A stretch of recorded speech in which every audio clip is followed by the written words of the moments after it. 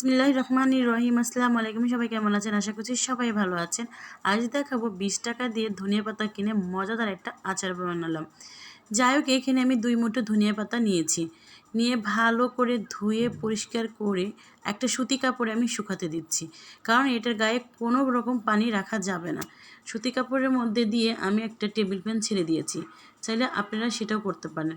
Table fan দেওয়ার পরে আমি এরকম করে বেশ কিছুক্ষণ আমি এটাকে শুকিয়ে নিচ্ছি ফ্যানটা দিয়ে, যাতে এটার গায়ে কোনো রকম পানি না থাকে। বেশ কিছুক্ষণ এটাকে ফ্যানটা চালিয়ে রেখে আমি পাতাগুলোকে সুন্দর করে শুকিয়ে একদম একটা শুকনা পাতলের মধ্যে আমি ধনিয়া পাতাগুলো দিয়ে দিলাম।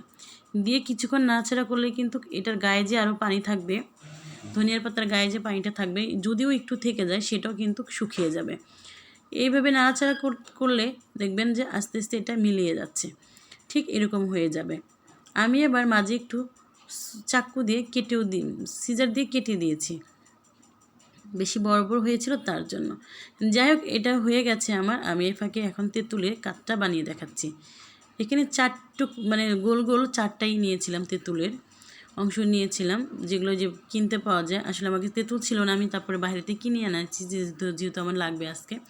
যাই হোক, ওইভাবে এই তেঁতুলের কাঠটাকে পানি দিয়ে আমি সুন্দর করে কিছুক্ষণ ভিজিয়ে রেখেছিলাম। এখন এইভাবে চিপড়ে তুলে নিচ্ছি।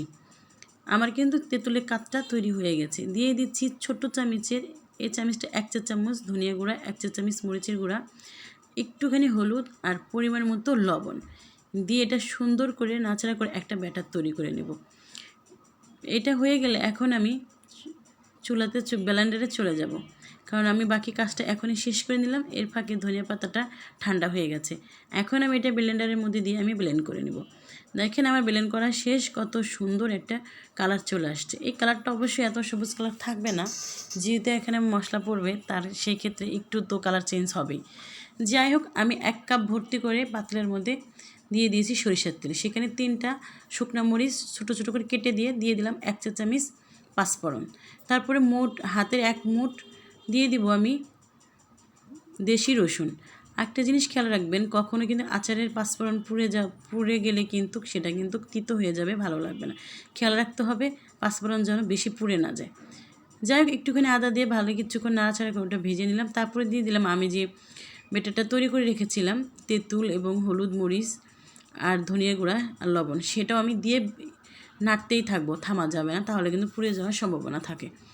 যাই হোক, এভাবে অনেকক্ষণ ধরে আমি নাড়াচাড়া করে নিয়ে তারপরে দিয়ে দেবো এখানে 2 চামচ চিনিটা এই কারণে দিয়ে দিলাম টক ঝাল ব্যালেন্স করার জন্য। দিয়ে আবার একটুখানি নাড়াচাড়া করে নিলাম। আমার কিন্তু এই মশলাটা তৈরি হয়ে গেছে।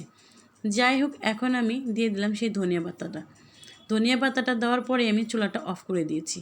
যতক্ষণ পর্যন্ত চুলার তাপটা থাকবে আর তেলটা গরম থাকবে, ততক্ষণ পর্যন্ত আমি এভাবে নাড়াচাড়া করেই নিব।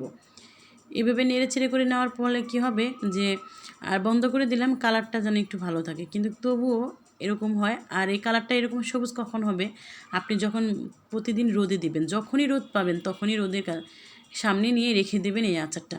তাহলে কী হবে, আপনি বছরখানি ভরে খেতে পারবেন এই ধনিয়া পাতার আচারটা। যাই হোক, আমার কিন্তু এরকম হয়ে গেছে আচারটা। আমি আচারটা ঠান্ডা করে এখন একটা কাচের বয়মে ভরে নেব। বিশ্বাস করেন, এত টেস্টি হয় এই আচারটা, বলে বোঝাতে পারবো না। ভালো লাগলে অবশ্যই একটা কমেন্ট করে জানাবেন, লাইক করে যাবেন, শেয়ার করে পাশে থাকবেন। যাই হোক, আমি আচারটাকে ঠান্ডা করে নিয়েছি, এখন একটা কাচের বয়মের মধ্যে ভরে নিচ্ছি।